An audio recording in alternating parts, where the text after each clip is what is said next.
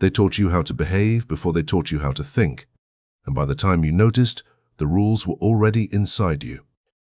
This chapter is not about rebellion. It is about recognition, about seeing the quiet forces shaping your choices, your fear, and your silence. By the end of this chapter, you will understand why so many people feel trapped without knowing who locked the door. Most control does not come with force. It comes with permission. You were not dragged into obedience. You walked into it, step by step, guided by smiles and warnings. Do this. Don't do that. Be good. Be liked. Be normal. These words followed you from childhood into adulthood, shaping you long before you could question them. The first invisible chain is the rule of approval. From a young age, you learned that being accepted meant being safe. Praise came when you followed the script. Silence came when you questioned it. Over time, your mind connected approval with survival. You learned to scan faces before speaking. You learned to adjust your tone, your posture, your dreams, not because someone ordered you to, but because you wanted to belong.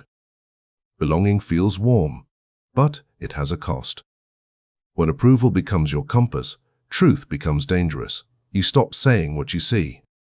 You stop wanting what you want. You begin to live a smaller life, one shaped by what others can handle. This is how strong instincts are slowly dulled. This is how fire turns into ash. Another chain is the rule of comfort. Society does not like discomfort. Discomfort makes people question. It breaks routines. So the rule is simple. Do not disturb the peace. Do not challenge beliefs. Do not expose lies. Keep things smooth. Keep things light. Smile. Agree. Move on. But every system that fears discomfort is protecting weakness. Strength brings tension. Truth brings friction. Power makes noise before it makes change. That is why confident people are often called arrogant, why disciplined people are called cold, why independent thinkers are labeled difficult. The labels are not meant to describe. They are meant to warn others not to follow. History shows this pattern again and again. The people who shifted the world were not celebrated while they lived. They were questioned, isolated, punished. Not because they were cruel, but because they refused to shrink. They spoke when silence was safer. They stood when kneeling was easier, and the world answered with fear. In modern life, the punishment is quieter, but just as sharp. You are ignored. You are mocked. You are pushed to the edges. Not with chains, but with raised eyebrows and soft insults. Over time, most people decide it is not worth it. They choose comfort over truth, and the system wins without lifting a finger. There is also the rule of humility, misunderstood and misused. True humility is knowing your limits. But society teaches a fake version, one that says you should hide your strengths, downplay your wins, speak softly about your goals. Never act too sure, because certainty threatens fragile order. When you believe in yourself, others must face what they lack, so you learn to apologize for your ambition. You laugh when others doubt you. You shrink your presence to keep rooms calm. And slowly, you forget how powerful you could have been, not because you failed, but because you obeyed. Machiavelli saw this clearly. He understood that people prefer the familiar to the true, that they reward those who protect comfort, not those who expose reality. He knew that control works best when it feels moral, when people defend the very rules that bind them. That is the most dangerous part. These chains do not feel like chains. They feel like being polite, being kind, being good. And because they feel good, they are rarely questioned. But anything that cannot be questioned cannot be chosen. And anything not chosen is not freedom. Look at your own life. How many times did you stay quiet to keep peace? How many times did you lower your standards to avoid being alone? How many paths did you abandon because someone might disapprove? These moments seem small, but together they shape a life. The awakening begins when you notice the pattern, when you see that many rules are not laws of nature, but habits passed down by fear. When you realize that the voice stopping you is not always wisdom. Sometimes it is just training. This is not a call to be cruel. It is a call to be awake, to separate real values from social pressure, to understand that being disliked is not the same as being wrong, and that being accepted is not the same as being right. Once you see the invisible chains, they lose some of their power. They do not disappear, but they are exposed. And exposure is the first step toward control. Awakening is not loud. It is quiet and unsettling. It feels like standing alone in a room you thought was full. You begin to notice how often fear speaks in the voice of reason. You feel the weight of choices you never truly made, and in that discomfort, something honest begins to grow.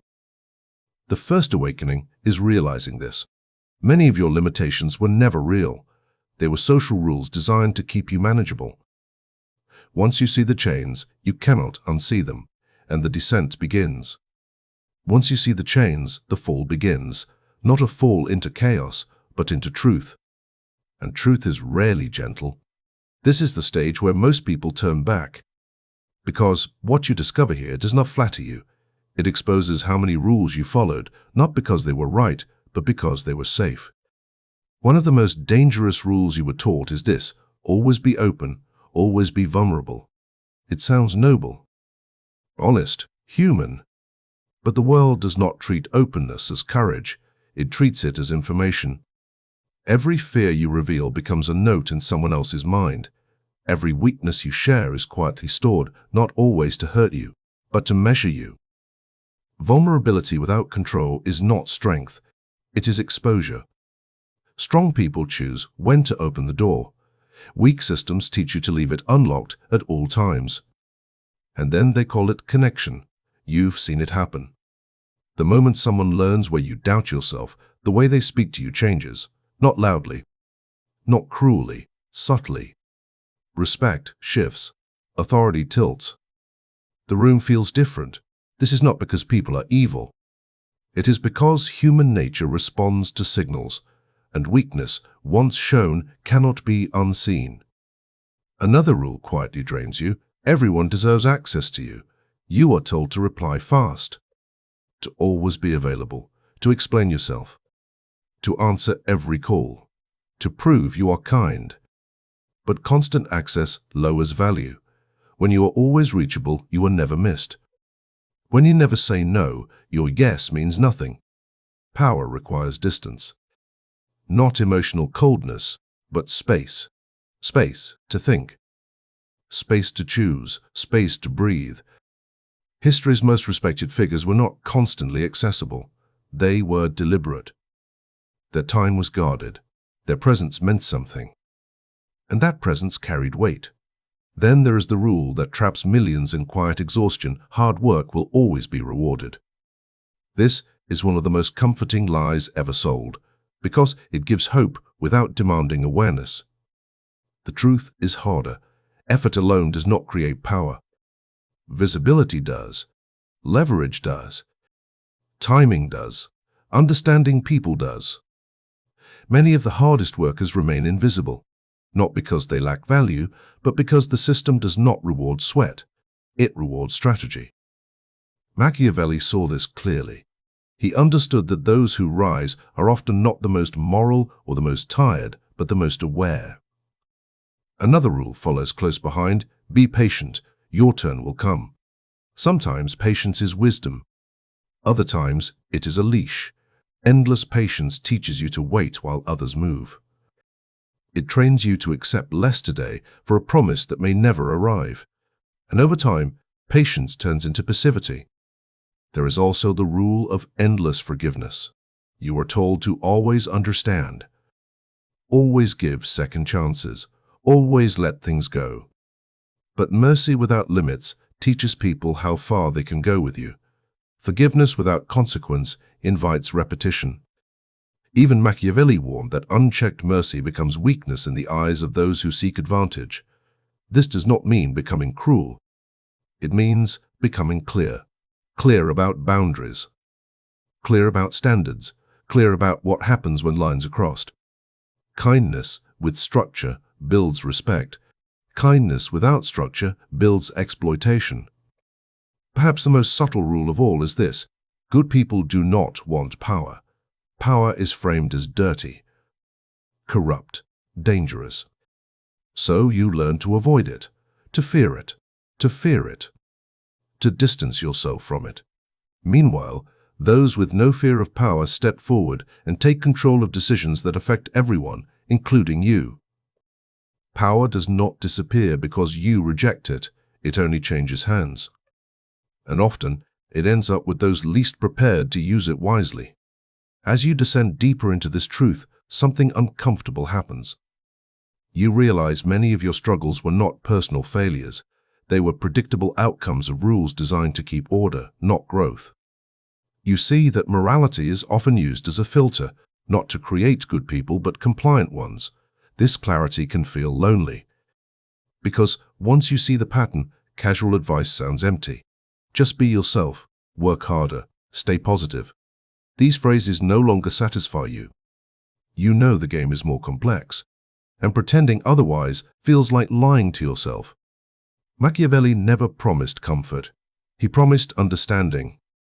He believed that seeing the world as it is, not as it should be, is the first step to real power. And power, once seen clearly, changes how you move forever. This descent is not about becoming dark, it is about becoming awake. You stop worshipping rules that weaken you. You stop confusing obedience with virtue. You begin to notice who benefits from your silence, your patience, your openness. And once you notice that, you can no longer pretend you don't. The descent strips illusions away. It leaves you without excuses, but also without lies. You feel exposed, not to others, but to yourself. Yet in that exposure, something solid forms. Not bitterness, not anger, but awareness. These rules do not make you moral, they make you predictable. And predictability is the enemy of power. Once you descend into this truth, there is no comfort left, only clarity. Mastery does not begin with anger, it begins with calm. After the descent, after the illusions fall away, you stand in a quiet place, not empty, clear. This is where most people rush to extremes. They want to break every rule, burn every bridge, prove something to the world. But mastery is not rebellion. It is precision. The master understands this simple truth: rules are tools. Tools can build, tools can cut. The danger is not the rule itself, but letting it use you. You stop reacting to every signal. A comment, a look, a rumor. You see how easily people are pulled by noise, and you step aside. Silence becomes a choice, not a weakness. When you speak less, your words land heavier. When you move slower, your direction becomes clearer. You learn control of expression. Not everything you feel needs a voice.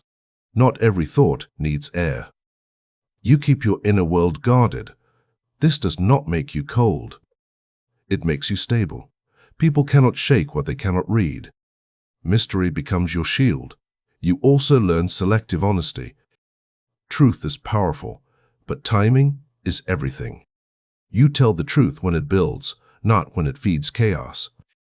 You stop confessing to feel light. You stop explaining to be understood. You share with those who earn it. This is not deception. It is discipline. Then comes distance.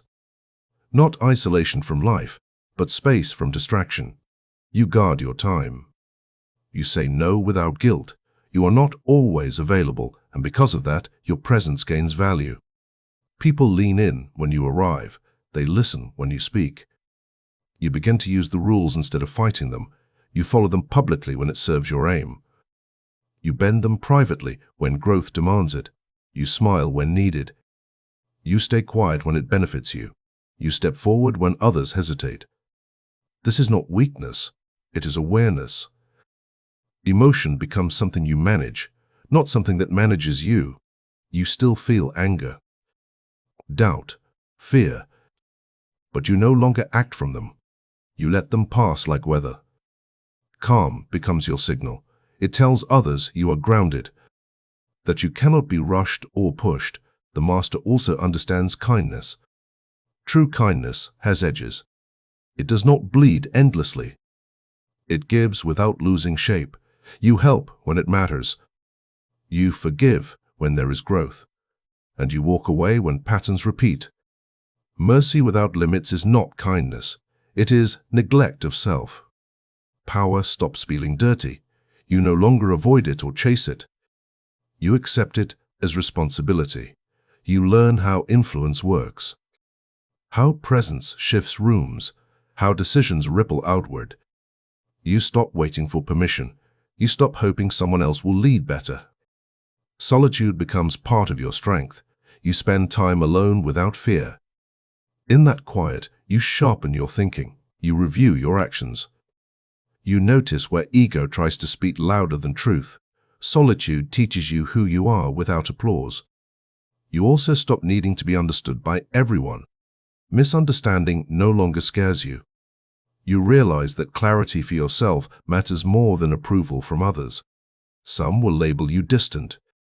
Others will call you changed. You let them. Their words do not define your direction. The world begins to feel different.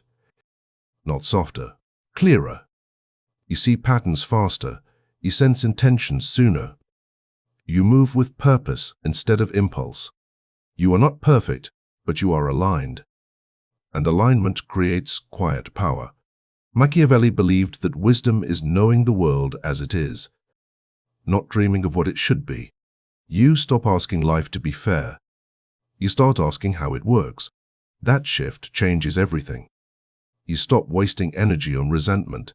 You invest it in leverage. You become fluent in people, fluent in systems, fluent in yourself.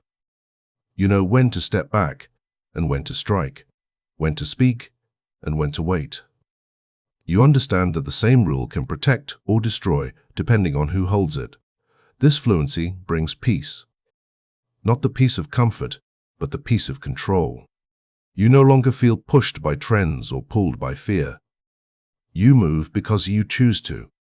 And choice, when informed, is the highest form of freedom. You are still human. You still make mistakes. But now, mistakes teach instead of break you. You adjust. You refine. You continue forward with eyes open. This is mastery. Not domination over others, but command over self. Not escape from the world, but skill within it. You are no longer owned by the rules. You carry them lightly, and you put them down when needed. Mastery is quiet. It does not announce itself. It feels like standing steady while the world rushes past. You are not angry at the system. You are no longer confused by it. You see clearly, and that clarity changes how you live. The rules no longer control you because you see them clearly. You are not angry at the system. You are fluent in it. And fluency is power.